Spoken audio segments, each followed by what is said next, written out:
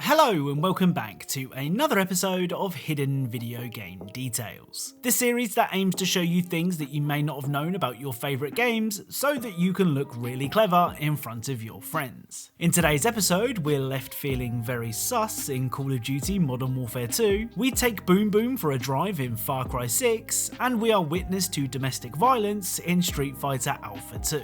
As always, if you think you know of a hidden video game detail that I'm yet to cover, then the best places to let me know are in the comment section or on my social media accounts, the links to which are in the description. Oh, and leaving a like on any of my videos lets me know that you enjoy my content. Anyway, without further delay, let's get started. Right, so let's once again begin with Call of Duty Modern Warfare 2. In the last episode of this series, we witnessed a soldier recording a bombing run, all for the gram of course. Well, today's Modern Warfare 2 detail is a lot more subtle. The No Russian mission is perhaps one of the most infamous video game levels of all time. Placing you in the shoes of undercover agent Joseph Allen, you join Vladimir Makarov as he launches a terrorist attack on an airport, killing hundreds of civilians in the process. Now, the big twist comes at the end of the mission, where it's revealed that Makarov knows that Allen is undercover and shoots him before leaving him for dead.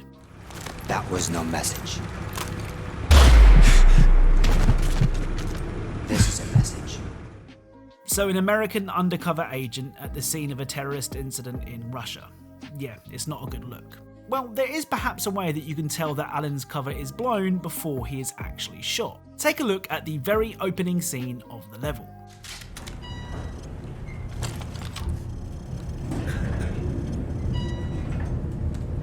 С нами Бог. Remember, no Russian.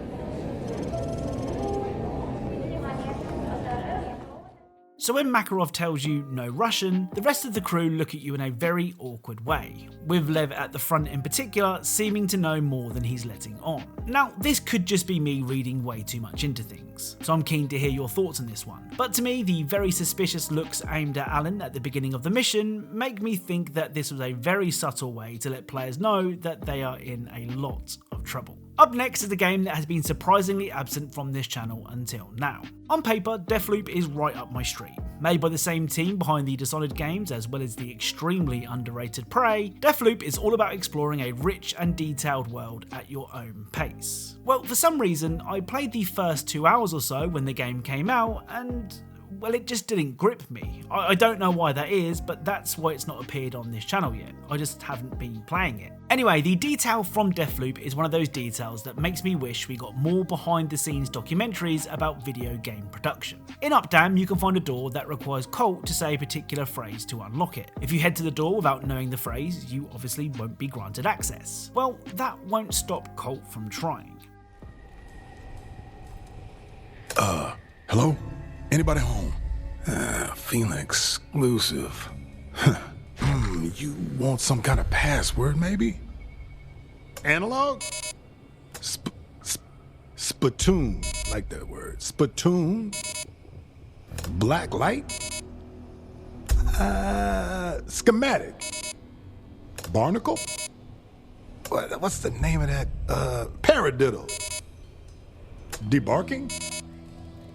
Smelter. Hardwire. Louse wart. Cheese wheel. Splash crash. Chronological. Usurper. Electron. Long johns. Killifish. Swine pox.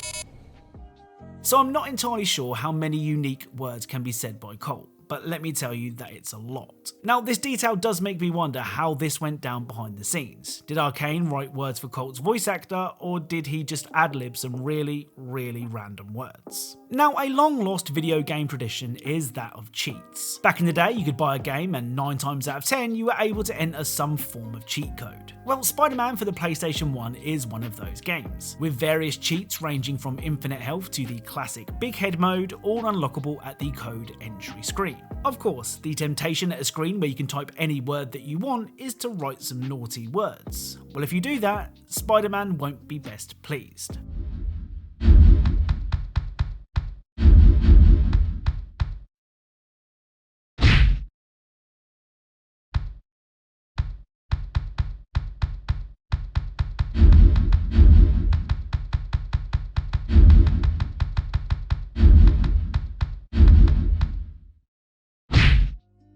So entering rude words will cause Spidey to appear and punch the foul language into a much more family-friendly phrase. Speaking of retro games, up next is a detail from Street Fighter Alpha 2. Now when it comes to fighting games, I've never been a Street Fighter guy. I mean, the naming convention alone confuses the hell out of me. But that doesn't mean I can't appreciate a good detail from a Street Fighter game. On the streets level, you can find a couple canoodling in the background as two grown men slug it out in front of them. However, if two female fighters are in action, this seemingly happy couple will do this instead.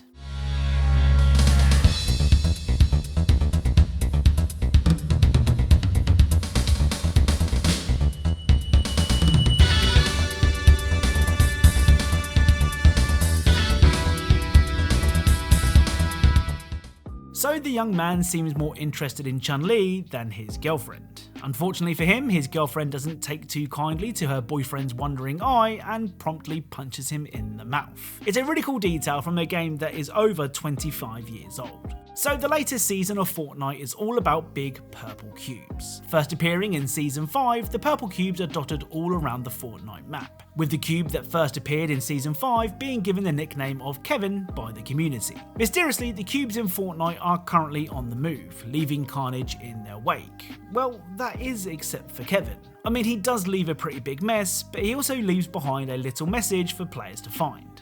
At Steamy Stacks, you can find the building that once held Kevin.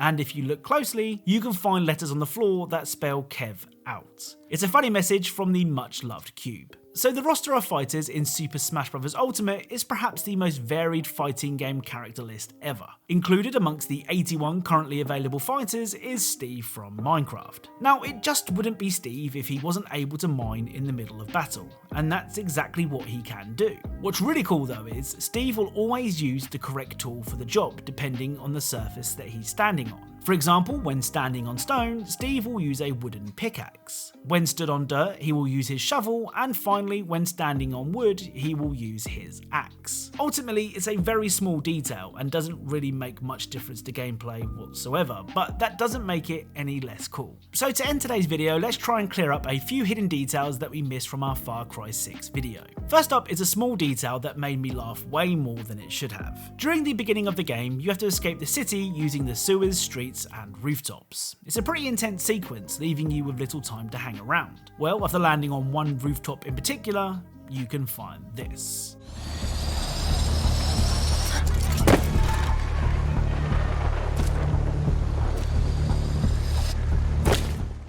So this is a cat ornament playing with a PC mouse. You know, because cats hate mice. Come on, that is pretty funny and definitely something that a lot of people wouldn't have noticed. The next detail can be seen whenever you decide to take a break from liberating a country and relax at the beach. Every now and again, this will happen.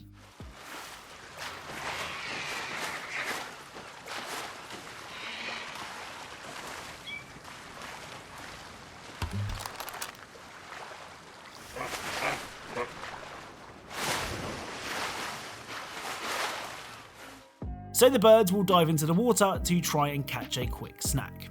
It's really cool. The penultimate detail can actually be heard by continuing the game after triggering the secret ending. For those that don't know, if you leave the game map at any time, a secret cutscene will play showing Danny chilling out on an American beach. Well, if you do continue your game after triggering this ending, Danny will say things like this. Huh. Why do I feel so relaxed? Why do I want to sing the Yankee anthem? So in my opinion, I've saved the best for last. Boom Boom is probably my favourite amigo in Far Cry 6, mainly because he can ride in a vehicle with Danny. Well, if you reach high enough speeds, Boom Boom will do this.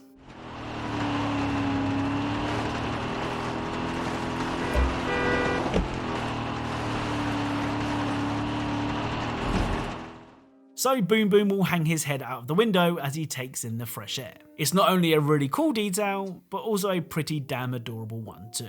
So that's it. If you enjoyed this video, then leaving a like is really appreciated. Remember, if you are a fan of Easter eggs, secrets, and tiny details in games, then perhaps consider subscribing, as that's what this channel is all about. Thank you all very much for watching, and I'll speak to you all soon.